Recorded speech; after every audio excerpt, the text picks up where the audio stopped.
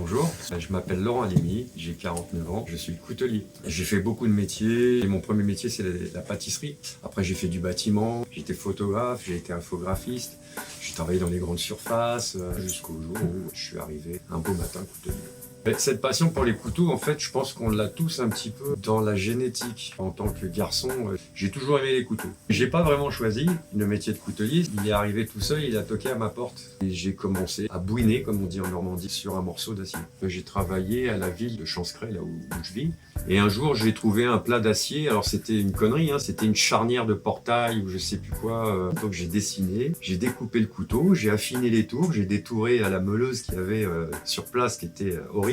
Mais j'étais déjà assez doué au niveau du détourage avec une grosse meuleuse. Et puis j'ai ramené ça à la maison et il fallait que je le désépaississe. J'ai regardé sur internet et tout, j'ai acheté cette ponceuse qui à la base est une ponceuse à bois qui tourne pas très vite. Je me suis dit oh, c'est bon, ça va le faire. Je n'ai pas la galère pour désépaissir les 5 mm de charnière avec ça quoi. J'ai réussi au bout d'une semaine, tu vois, tous les jours je faisais un petit peu. Et puis j'ai continué, j'ai réussi à monter un manche, à mettre mes rivets, à coller, j'ai tordu le manche en tapant sur mes rivets, mais j'ai sorti un couteau. Et j'ai jamais arrêté. J'ai fait ma formation comme un autodidacte passionné et j'ai reproduit les choses que je lisais, j'ai fait des tests et on en est là quoi. Au bout de 4 ans, je suis auto-entrepreneur depuis septembre 2020. J'avais encore un petit boulot à côté pour la sécurité, etc. Là, à partir de janvier 2023, je suis à temps plein à l'atelier, donc ça va être une page qui se tourne aussi. Donc il y a des surprises à venir pour les gens qui me suivent et qui aiment mon travail. Voilà. Alors les étapes pour faire un couteau, en tout cas avec la technique que j'utilise, le stock removal, donc l'enlèvement de matière, on ne forge pas, c'est-à-dire qu'on reporte un dessin sur le plat d'acier, on découpe à la disqueuse au plus près du trait, en laissant du gras comme on dit, pour pouvoir ensuite le détourer sur le backstand, arriver à quelque chose d'assez propre, pour avoir déjà la naissance du couteau, comme je l'appelle, c'est au moment où on a la forme qui sera pratiquement définitive, mis à part le travail qu'il nous reste à faire sur la lame.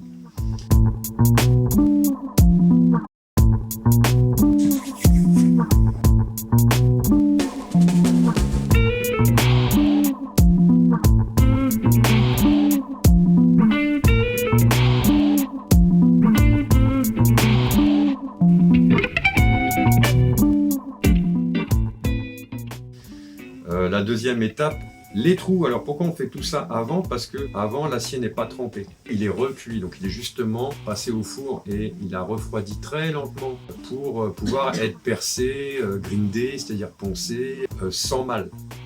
Ça abîme pas les forêts. On va dire que l'acier est relativement mou. Donc c'est là qu'il faut faire tout ce qu'on a besoin de faire. Le guillochage s'il y en a, les trous dans la semelle et pour les rivets, pour aussi équilibrer le couteau une fois qu'il y aura les plaquettes. Donc on fait tout ce qu'il y a à faire en attaque d'acier avant la trempe. Ensuite, on prépare les plaquettes, surtout là dans mon cas de figure, la lame est brunie, donc il faut poncer la plate semelle et les plaquettes pour que tout soit à la même hauteur avant de finir le couteau, puisque après je le brunis et là il ne sera plus question de poncer tout ce qui est arête du couteau. Il ne faut pas retirer la patine que j'aurais faite sur l'acier. Des petits trous, encore des petits trous. Voilà, Mziodam. Excellent. Il prend vie. Et donc, si tu pouvais compter le nombre de fois où tu montes à blanc un manche, au moins 50, 100 fois, je sais pas, mais... Donc, je vais tracer les plaquettes. Moi, ce que je fais, parce qu'après, avec mon petit cerveau de piaf, au crayon de papier, je mets un dé. Donc, droite.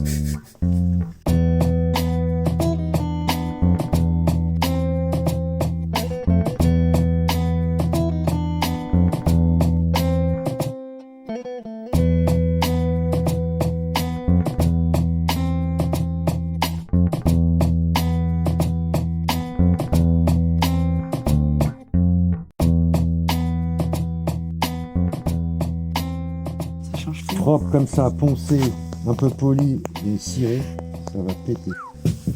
Et ça, c'est la teinture noire qu'il y a dans le bois. Après, on fait une pré-émouture avant trempe, c'est-à-dire qu'on va aller poncer le couteau sur le backstand pour commencer les moutures de chaque côté, à peu près symétrique, pour pas que le couteau au niveau de la chaleur du four, se tordent parce qu'il y a un côté qui n'est pas... De toute façon, on essaye toujours de faire les deux côtés pareils, même si c'est une pré-émouture. C'est un petit trapu, ça, mon pote. Ah ouais, là, je trouve. Tu le resserres. Quand tu vas aller taper sur la bande, il sert de martyr et de départ. On va tracer le milieu et puis on va l'attaquer à la bande. Alors j'attaque au 60. Qu'est-ce que tu veux faire comme métier plus tard? 5 doigts sales et 5 doigts sales.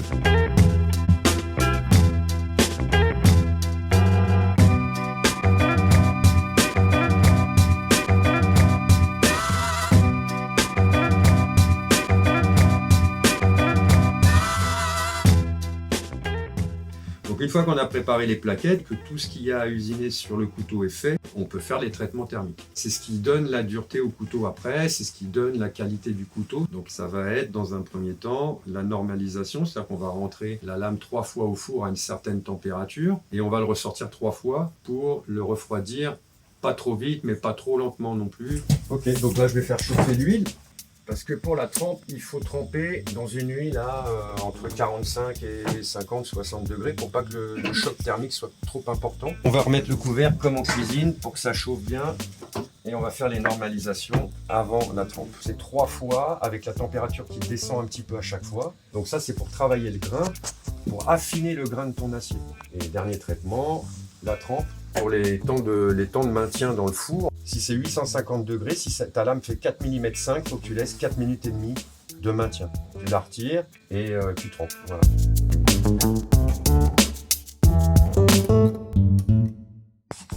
Donc voilà, un couteau en sortie de trempe. Donc comment on vérifie que c'est trempé? Avec la lime qui glisse dessus et qui ne mord pas, ça veut dire que ton acier il est trempé. Donc là on a réussi la trempe. Il n'y a rien qu'au bruit, on sent qu'il n'a plus le même bruit qu'avant, tu vois. Voilà. Donc maintenant je vais le nettoyer. Il y a une espèce de calamine un petit peu qui s'est déposée sur la surface. Donc par souci de bien travailler, moi je nettoie un petit peu quand même le couteau. Et ensuite le revenu au four de la maison, parce que chaleur tournante, il faut une chaleur homogène et tout, pour détendre les tensions que tu as mis dans la trempe. Et ça permet d'avoir un truc qui est très dur, mais en même temps, il va garder une certaine souplesse, parce qu'il ne faut pas qu'il casse comme du verre. Que ça soit un couteau de vitrine, que ça soit un couteau qui va servir réellement, je fais tous mes traitements thermiques pour que le couteau serve vraiment en condition. Et une fois qu'on a fait tous les traitements thermiques, on peut commencer à faire les finitions définitives. Donc finir les émoutures.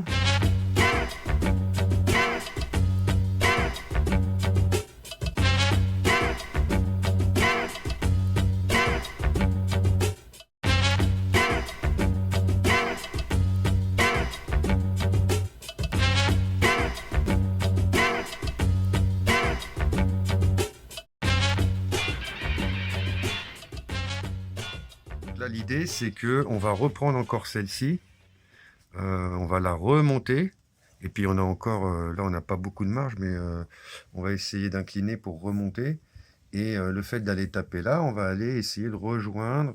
Je dis toujours essayer parce qu'il y a toujours un risque qu'on loupe, voilà, surtout sur un croisement des moutures comme ça. Donc on va... Action.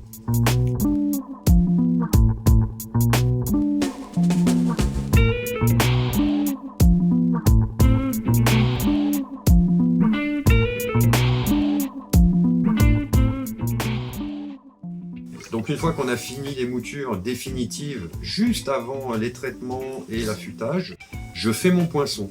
Donc moi j'utilise l'électrolyse, on fait de la gravure à l'électrolyse. Donc on utilise un stencil, qui est l'équivalent d'un pochoir, sur lequel on a notre poinçon qui est découpé. Donc on le colle sur le couteau, on enlève la partie à graver avec une petite aiguille, très précisément pour ne pas faire de bavure sur le bord du stencil. Ah, voilà, le carré qui s'est décollé. Et une fois que c'est enlevé, on met le plus sur l'acier, le moins avec du coton et de l'eau très salée pour que ça soit conducteur. Et on tamponne. Donc en fait, une fois que vous retirez votre stencil, vous avez votre acier qui est gravé à l'électricité, à l'eau et au sel, ce qui permet d'avoir la forme de votre poinçon. Évitez les bulles d'air parce que si tu as une bulle d'air, tu as l'eau qui peut s'infiltrer et faire l'effet de l'électrolyse, quoi, mais là où tu n'as pas souhaité. Oh, dis donc, j'ai croisé Dieu.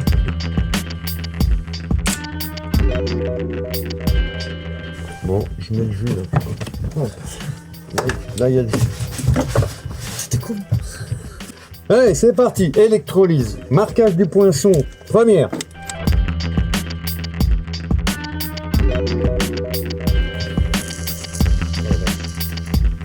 Et les œufs. Les œufs sur le plat pour l'assiette.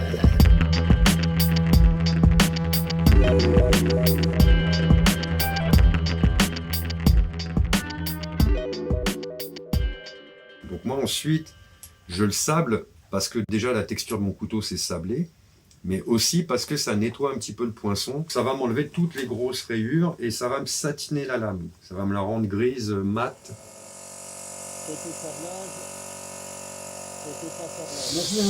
J'adore les mémeux. Ouais, sablé.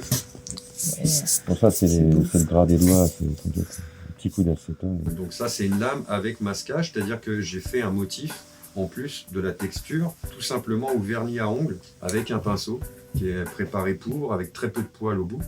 Et on s'amuse à faire le motif qu'on veut. Une grande technique de coutelier, ça. Oh, il est sec. Impeccable, tu vois. Ensuite, on brunit pour rendre, entre guillemets, la lame noire. Ça, c'est un dégraissant avant de le mettre dans l'autre qui va être un conditionneur. Et le produit de blanchissage. Regarde, ça monte.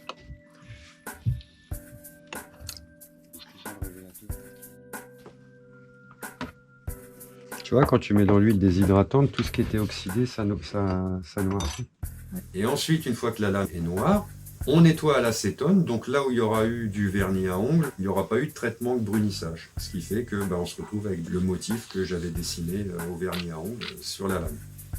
Ça change tout, non? C'est plus le même couteau, regarde. C'est une espèce de protection, c'est une patine aussi qui permet de protéger un peu contre l'oxydation. Et moi, c'est un effet que j'aime parce que après je le passe au stonewash, c'est-à-dire dans un seau de pierre où je remue le seau pour faire des rayures un petit peu partout, bien homogènes, style un peu usé. Je suis en train de les niquer. Et on se retrouve avec un couteau qui... on a l'impression que c'est usé d'usine, quoi. Enfin, c'est une texture, c'est un texturage en fait. Voilà. Et l'avantage du stonewash, en fait, c'est que ça te fait les angles. Donc ça te donne un côté un peu usé, un peu... tu vois. Allez, on continue.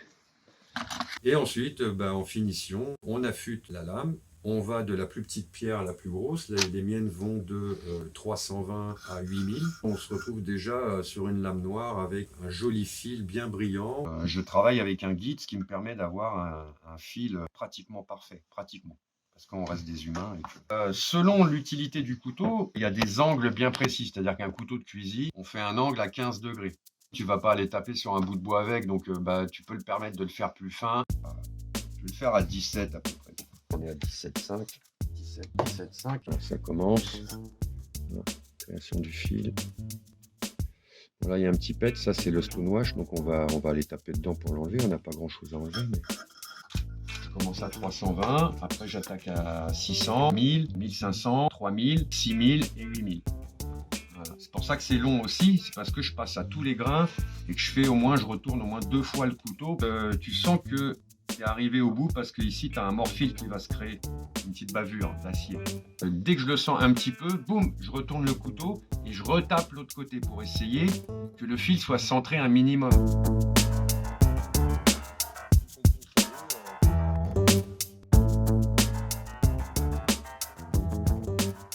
Donc après il passe au cuir avec 2 cuirs différents et 2 pâtes à polir différentes, une fine et une très très fine. Ce qui nous permet d'avoir un bon affûtage, vraiment rasoir. Esthétiquement, on se retrouve avec une lame très foncée et un fil très très brillant. De mélanger les brillances, le satiné, le noir, c'est ce qui donne le style de mes couteaux, quoi. Ça, le cuir, ça fait 50% du boulot presque. C'est magique. Et bien souvent, tu n'as pas besoin de réaffûter un couteau pour l'entretenir. Un bout de cuir, un peu de pâte à polir, et une fois par semaine, un petit coup de cuir, ça entretient le fil. Normalement, avant de perdre du fil, il va se passer un peu de temps quand même. Hein. Voilà. Et donc, premier test. Oh là là. Ça le coupe ou ça le coupe pas, c'est une histoire d'accrocher. C'est-à-dire que si mon fil est bien lisse et bien nettoyé, normalement ça ne doit pas accrocher.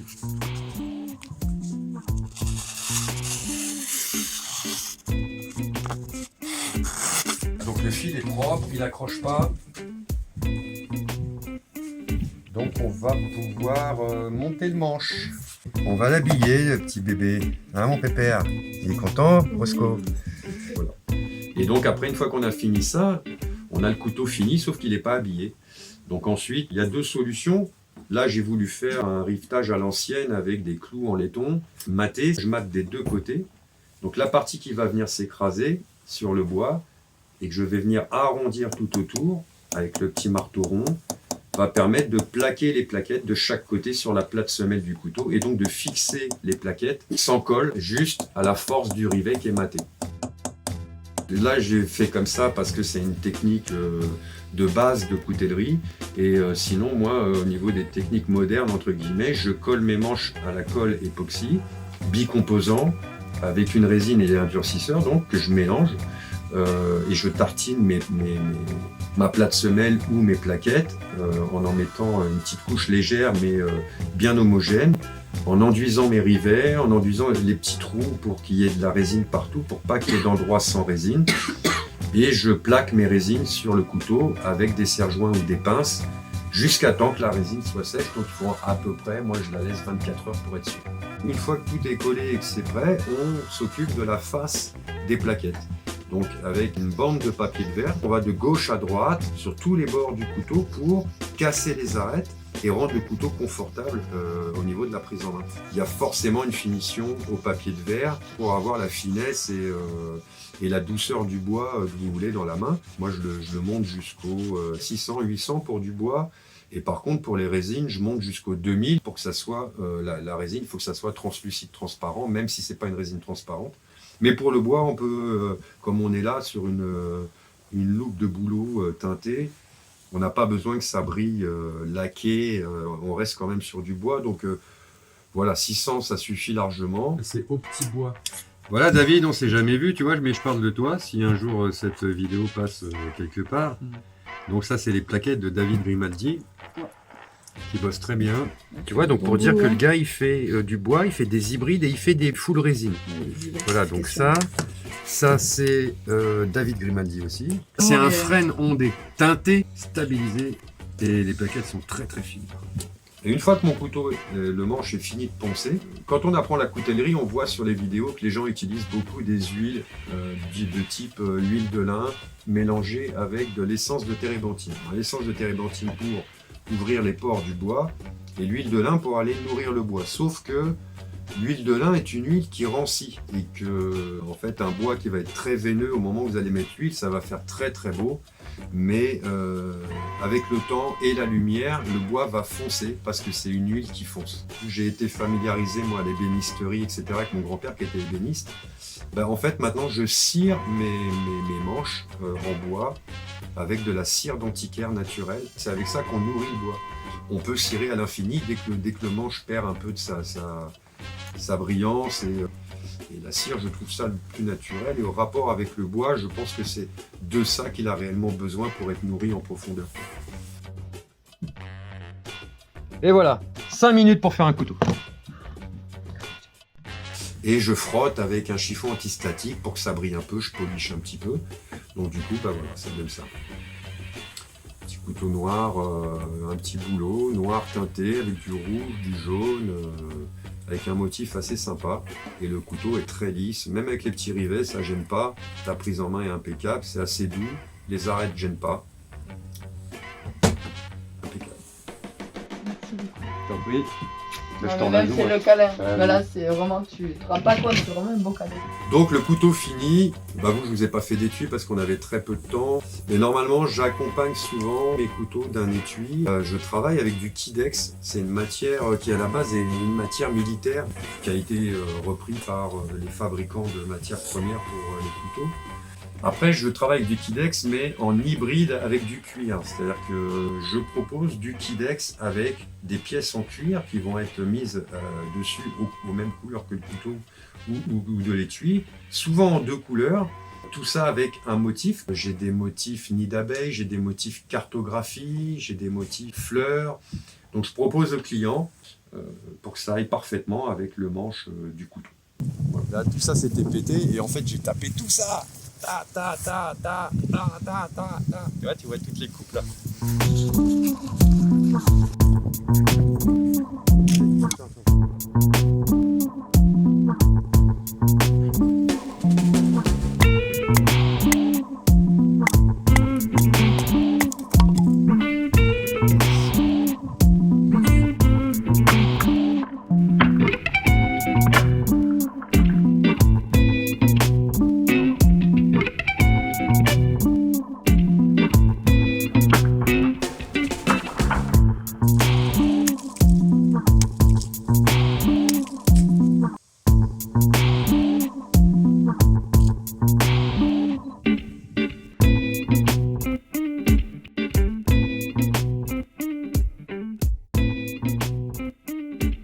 C'est un modèle, le campeur il s'appelle d'ailleurs, donc 4 mm 5, un beau bébé. C'est un couteau nature, on va dire, un peu bushcraft, un peu rando, en tout cas c'est pour la nature, qui est en acier 80 CRV2, donc c'est un acier très costaud pour prendre un peu, pour couper du bois, c'est vraiment un acier d'extérieur.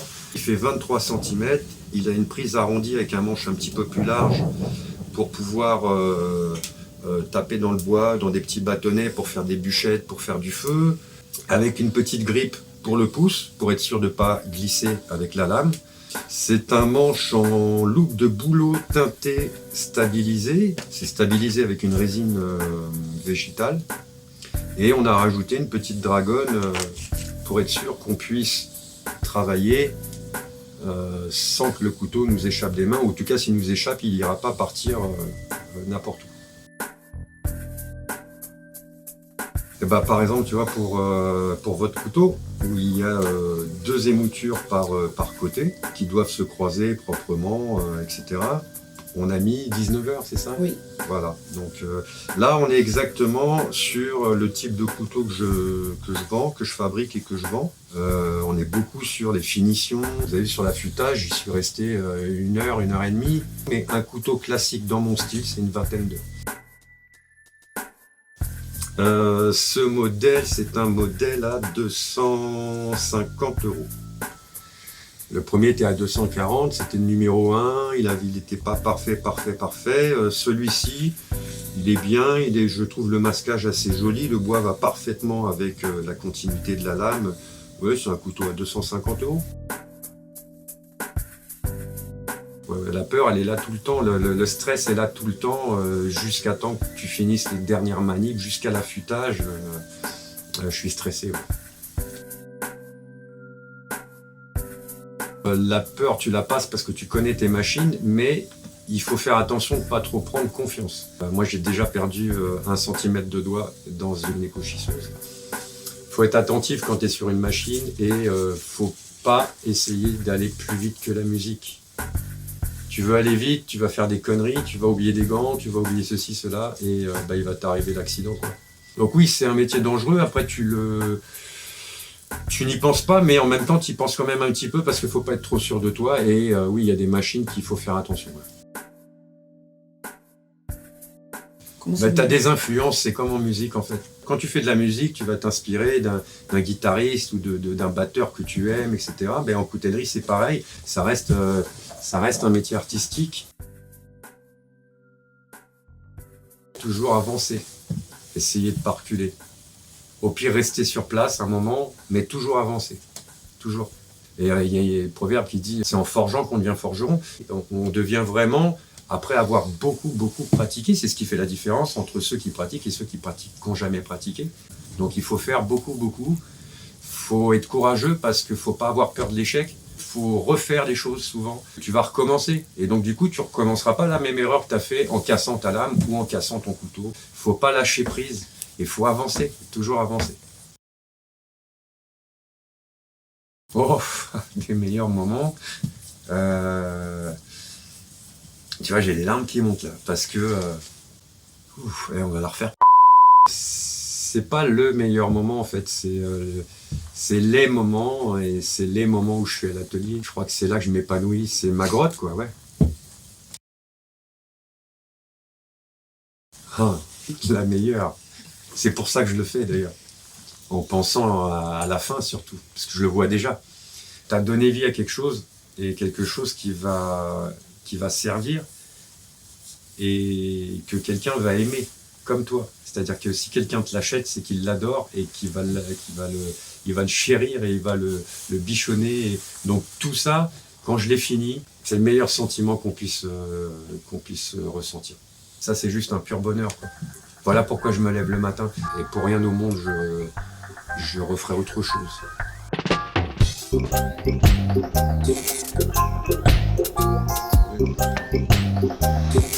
Ouais, il est en train de fondre la planche.